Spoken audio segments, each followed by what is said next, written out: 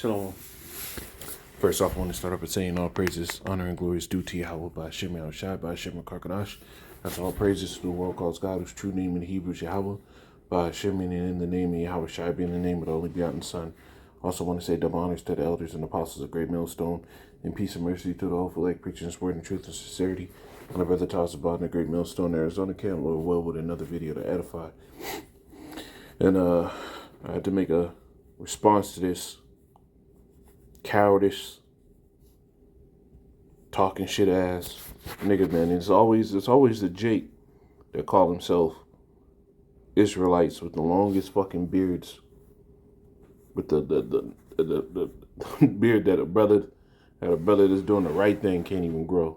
It's always them talking the most shit, bro. Always them, man. Right? But listen to what he says. I get some precepts.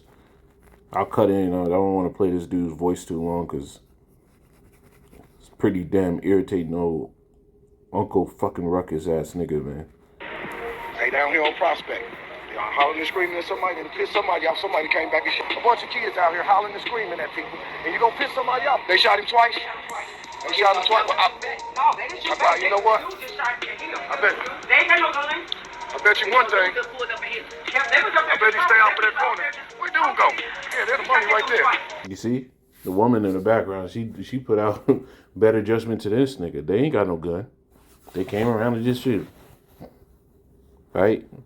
Now for the dude in IUIC that got shot, man, the Lord heal you up. Make your spirit even stronger. Right? If you ain't teaching all the way 100% the right things, may the Lord give you those things, man, because that's a trial of faith right there, right? But this dude saying, hey, told him somebody was going to shoot one of them. So that's the reason why you don't go out and preach. That's why nobody else has heard of your ass, that you sit at home and do your shallow wounds from the comment board. Why men that actually hazard their lives that are on highways and byways are actually waking men up. A lot of you, Jake, that are on the other side, man, especially the ones that try to act like hey, this is how you should have did. Them should have did niggas, man. A lot of y'all have the same sentiment when shit happens to brothers that are out there, man. When the scriptures tell you, do none of my prophets any harm. So how in the hell do you justify a nigga that pulled out a gun and condemn brothers that are preaching the word of the Lord? Right? Now, IUIC might,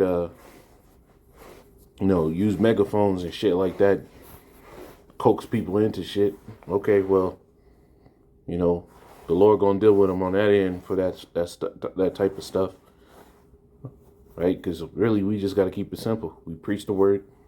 Right? If a nigga ain't getting it, okay, that nigga ain't getting it. Leave him alone. But I want to get some precepts because this is not a man you're supposed to consult with as a means to have some wisdom on how to do something in a certain way. This is Sirach 37. Ecclesiasticus 37. And 11. All right, and this is what stemmed this whole lesson. This is Sirach 36 and 10. It says, consult not with one that suspecteth thee, and hide thy counsel from such as envy thee. Neither consult with a woman touching her of whom she is jealous. Because when you ask a woman about somebody that they might be jealous because they with you or they with somebody, they don't talk shit. They ain't gonna say no good upright judgment. Women really judge things just to sit here and have themselves get ahead. Nobody else, right? This is neither with a coward in matters of war, right? And this dude is a damn coward. And the scriptures tell you, we war not against flesh and blood, but against principalities, right? But this is a warfare. This is a good fight of faith. Going out there, battling the elements, battling these spirits, right? Having to deal with the possibility of, like, what happened, hey, getting shot. Go in fisticuffs with people out there. Right? Now, I don't know the situation that stemmed all the way up to this, but let's say they was just getting into the word. And dude got cut to his spirit because the scriptures say the word of the Lord is quick and powerful. Right? So maybe that dude heard it, and hey, who knows? Let's say they was just preaching the word. Dude got cut to the spirit, right? And he was having a bad day, and that spirit was just on him. Okay, well, what do you got to say then? Right? It says, nor with a coward in matter of wars. And that dude was a coward. So are we supposed to listen to him? Nah. Nor with merchants concerning exchange, nor with a buyer of selling, nor with an envious man of thankfulness, nor with a unmerciful man touching kindness. This dude is unmerciful. How the hell do you take the side of a 2/3 nigga in the world over a man that's actually preaching the word of the Lord, over an Israelite? How the hell do you do that? Right? Especially when they didn't come out there with guns. That dude came out with a whole different judgment where the scriptures tell you, if any man try to slay his brother having no cause, right? You're supposed to condemn that person. That person's supposed to be put to death. So what did they do that called for this dude to pull out a gun that you're justifying them for? These niggas, man. It says, no with a slothful for any work, and this dude is slothful. He gave you his excuses why he ain't out there. I done told you. One of them niggas is gonna shoot you. And look, it is IUIC. That dude is slothful. He didn't want to do the work, right? Because he was afraid of the possible consequences and the things you got to go through. It says, nor with any hireling for a year of finishing work, nor with an idle servant of much business, hearken not unto these in any matter of counsel. So when you listen to this guy, he was giving you counsel. Oh, you ain't supposed to do it like that. Look what they did out there. They done put two of them in them. Right? The Lord said don't consult with niggas like this. We ain't going to you for no consultation. Look, it says, but be continually with a godly man who thou knowest to keep the commandments of Yahweh, whose mind is according to thy mind, and will sorrow with thee if thou shalt miscarry. Right? That's who you're supposed to consult with. Right? But this dude is a coward in a time of war, man. Proverbs 26.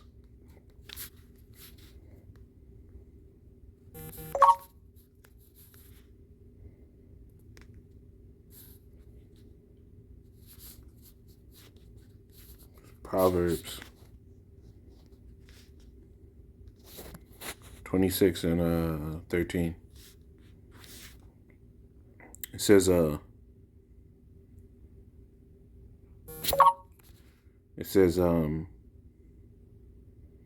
Proverbs 26 and 13 is, seest thou a man wise in his own conceit? There is more hope of a fool than him.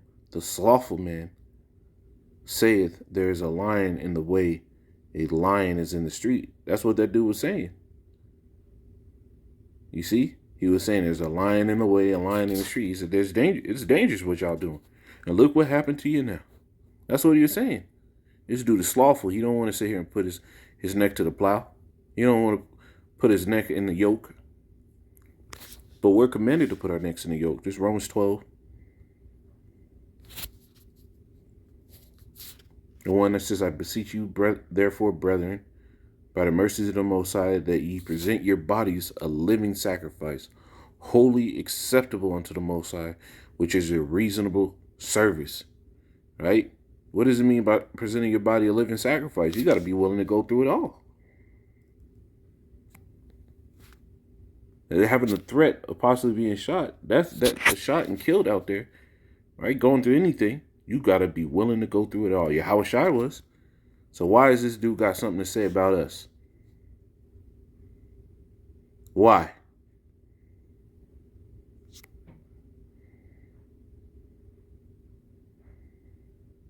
Right? This is 2 Corinthians 11. He got something to say about men actually preaching the word on the streets, like the scriptures say. 2 Corinthians 11 and probably start up a little bit. 11 and 23. It says, after they minister of Mashiach, I speak as a fool. I am more in labors more abundant, in stripes above measure, in prisons more frequent, in deaths often. This is what Paul was going through. So Paul was in deaths in prison, getting beat. What do you think we're supposed to do? It says, of the Jews 5 times received I 40 stripes, save one. Thrice I was beaten with rods. Once was I stoned. Thrice I suffered shipwreck. A night and a day I have been in the deep, and journeyings often, in perils of water, in perils of robbers, in perils by my own countrymen. Didn't it sound like he got shot by his own people? This is where unto we are appointed. Right? In perils by my own countrymen, in perils by the heathen, in perils in the city, in perils in the wilderness, in perils in the sea, in perils among false brethren, in weariness and painfulness, in watchings often, in hunger and thirst, in fasting often, in cold and nakedness. This is all the things we go through being in his truth. So why is this dude so put off? Because he's a coward and he's slothful. He's not about the Lord's business. Now, one more thing I wanted to get in the book of 2 Samuel. This dude's sitting there basically cursing this dude that got shot, that as far as he knows was preaching the word of the Lord on the streets. He just didn't agree with the preaching of the word on the streets. Well, in 2 Samuel, right, King David got cursed, but was the Lord with the man that cursed him? This dude is coming in the same stead as Shimei. 2 Kings 16 and 6, it says, and he cast stones at David, right? Talking about Shimei, right? I started 5. It says, when King David came to Barim,